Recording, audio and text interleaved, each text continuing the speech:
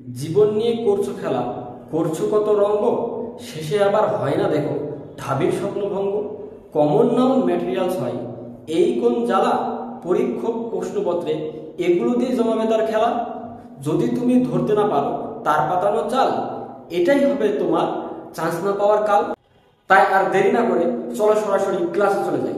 Mango এবং fish শব্দ দুটি যদি নিজ অর্থ অর্থাৎ ম্যাঙ্গো অর্থ আম এবং ফিশ অর্থ মাছ অর্থে ব্যবহৃত হয়, কোনো খাবার না বোঝায়, তাহলে এগুলো কমন নাউন হয়।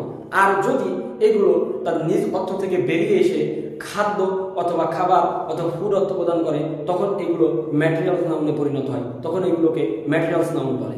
যেমন আই লাইক ম্যাঙ্গো, এখানে ম্যাঙ্গোটা কোনো খাদ্য হিসেবে ব্যবহার নেই, আমি ম্যাঙ্গোকে পছন্দ করি, তাই এখানে ম্যাঙ্গো হচ্ছে কমন নাউন। কিন্তু যদি বলি mango is my favourite fruit, তাহলে এখানে ম্যাঙ্গো যেহেতু আমার প্রিয় খাদ্য, তাই এখানে ম্যাঙ্গো হচ্ছে ম্যাটেরিয়ালস নাউন।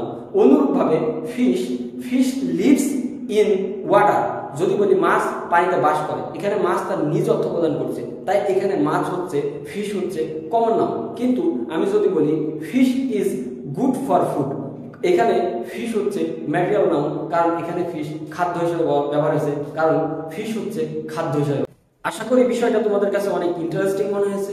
আসলে যদি ইন্টারেস্টিং মনে হয় তাহলে আমাদের ভিডিওটা বেশি বেশি শেয়ার, কমেন্ট এবং লাইক দিবে, কারণ তোমাদের এই ছোট ছোট লাইক, কমেন্ট এবং শেয়ার আমাদের প্রচেষ্টাগুলোকে আরো বাড়িয়ে দিবে। আজ এখানেই শেষ করছি। অন্য কোনো দিন হয়তো বা অন্য কোনো নতুন ব্যতিক্রম বিষয় নিয়ে আবার তোমাদের সামনে দেখা হবে।